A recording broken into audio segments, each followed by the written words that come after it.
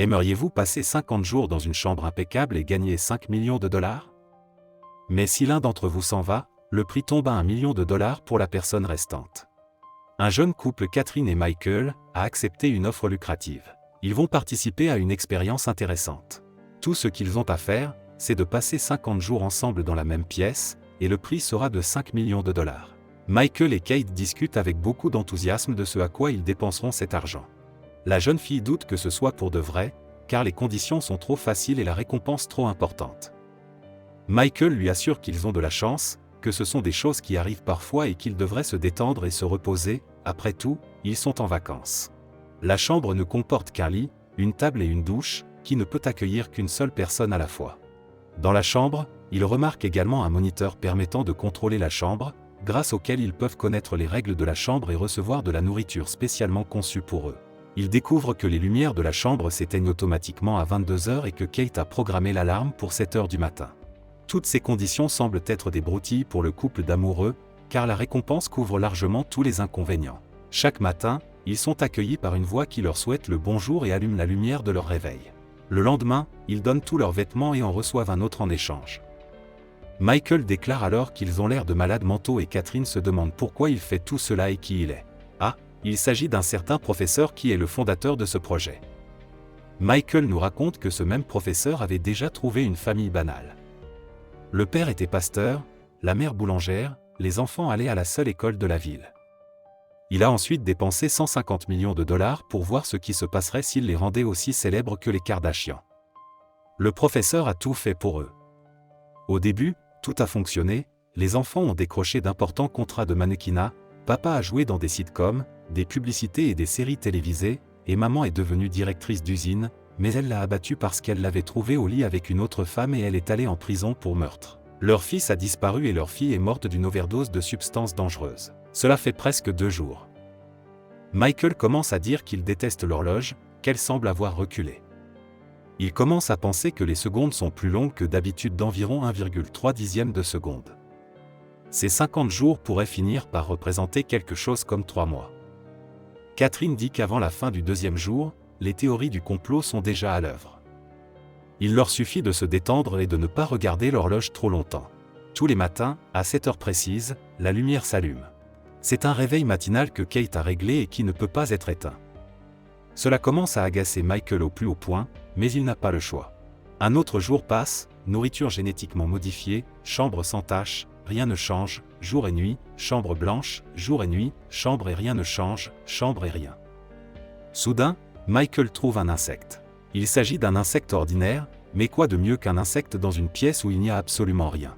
Michael décide de le nourrir, mais la nourriture est réservée aux participants de l'expérience. Réalisant qu'il ne devrait pas faire cela, le gars dit qu'il doit le laisser sortir. Michael commence à dire à la caméra qu'il ne quittera pas la pièce et qu'il ne fera qu'ouvrir la porte pour laisser sortir l'insecte. Kate dit que c'est une mauvaise idée. Soudain, Michael commence à dire à sa petite amie que la compassion n'a jamais été son point fort et le couple commence à se disputer. Catherine dit que Michael n'est végétalien que parce qu'il veut prouver quelque chose à son père. Michael argumente avec elle et lui dit qu'il est possible d'exister parfaitement dans ce monde et de manger sans tuer personne. La fille n'est absolument pas d'accord et dit au gars que son problème est que son père lui a trop donné et que c'est de là que vient son art stupide. Le couple se dispute et Catherine marche accidentellement sur l'insecte. Le temps passe, mais pas aussi vite qu'il le voudrait. Michael dit à sa petite amie qu'il a décidé de prendre le divertissement, il a lu dans les règles que tout le monde peut en prendre 2, mais cela coûtera 100 000 $ sur l'argent du prix. Ensuite, Michael reçoit un crayon vert en guise de divertissement, sacrifiant ainsi une bonne partie de son argent. Catherine répond qu'elle déduira cette somme de la part de Michael. Après avoir reçu la craie, le garçon commence à peindre avec enthousiasme sur les murs de la pièce blanche. À un moment donné, Catherine lui demande de dessiner et Michael lui propose de la dessiner avec un regard d'artiste, mais la jeune fille veut un portrait naturel. Catherine dit alors que Michael ne peut pas la dessiner naturellement et fait n'importe quoi, ce qui vexe à nouveau son petit ami. Une fois le crayon épuisé, l'ennui reprend ses droits. Kate se rend compte qu'elle a réagi de manière excessive et s'excuse d'avoir agi comme la dernière salope. Il ne leur reste plus que 20 jours. La situation s'envenime lorsque Catherine trouve un pistolet chargé dans la salle de bain et commence à dire qu'ils sont victimes d'intimidation, laissant entendre qu'ils devront s'en servir tôt ou tard. Finalement, Incapable de trouver un moyen de se débarrasser de l'arme, il la jette sous le lit. Le lendemain, Michael reçoit inopinément un message vidéo de sa sœur. Dans ce message, la sœur du garçon dit beaucoup de choses inutiles, se moque de la décision de Michael de se traîner dans la pièce et dit qu'il a plutôt bien fait de décider de se distraire de cette façon. Immédiatement après, Kate reçoit un message d'un homme âgé, la jeune fille réagit très négativement et dit qu'elle ne veut pas l'entendre. L'homme âgé lui dit qu'il est dans une maison de retraite, qu'il va bien et commence à chanter une chanson pour enfants, après quoi il dit à quel point il aime Kate. Le lendemain, la jeune fille avoue qu'elle a menti à Michael au sujet de son père, qu'elle a honte de lui et pour cause, car il s'avère que son père a bu leur maison et toutes les chances de Kate de devenir une personne normale. Catherine est déprimée par la situation de son père et Michael devient presque fou d'oisiveté. Les tentatives pour remonter le moral de Kate restent vaines et Michael déclare même qu'il ne pense pas pouvoir y faire face.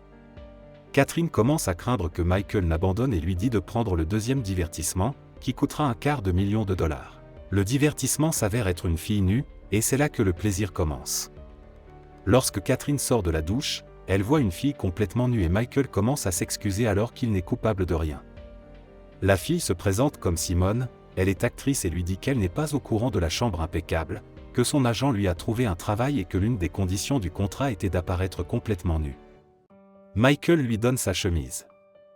Catherine devient extrêmement jalouse et constate que Michael accorde beaucoup d'attention à une autre fille. La situation est exacerbée par le fait que le nouvel invité n'a nulle part où dormir.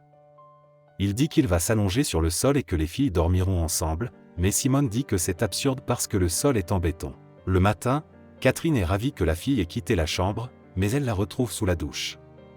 La situation de jalousie triste se poursuit jusqu'à ce que Kate dise qu'elle veut s'amuser et que la chambre impeccable leur donne des pilules qu'elle prenne ensuite.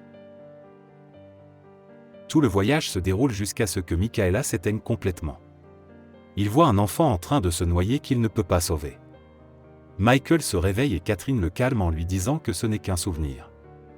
Nous apprenons ensuite que l'enfant qu'il voit est le petit frère de Michael. On lui demande de s'occuper de son petit frère pendant l'absence de ses parents et l'enfant tombe dans la piscine, Michael plonge mais ne parvient pas à le sauver.